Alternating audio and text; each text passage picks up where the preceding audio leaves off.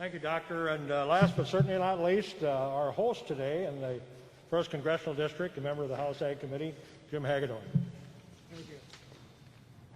Thank you, Chairman. I appreciate you being here and putting this together. It's, I'm sorry.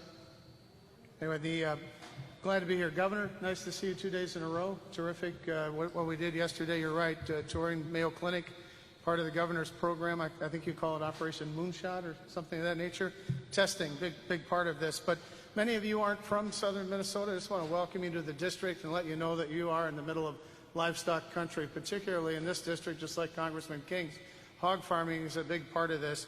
And our country is very blessed to have a system of agriculture that provides an array of choices, high-quality choices at affordable prices to our American people every day. People have taken it for granted maybe a little bit until this point. But that food supply, as efficient as it is somewhat fragile. And we've seen that in just 6 weeks. We have farmers in this district who really didn't have, it wasn't like it was the greatest of times, but they weren't going out of business just 6 weeks ago. And now today they're at the brink of extinction.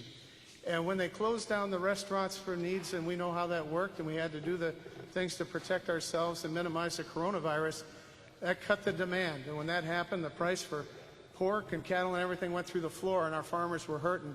But now with the production plants being down and having disruptions there, it's made it all the worse. But we're here today because we want to protect the employees. We love our employees, and they're so critical to what we do. We love our livestock farmers and all that they do to produce for us, and our food supply is truly a national security issue.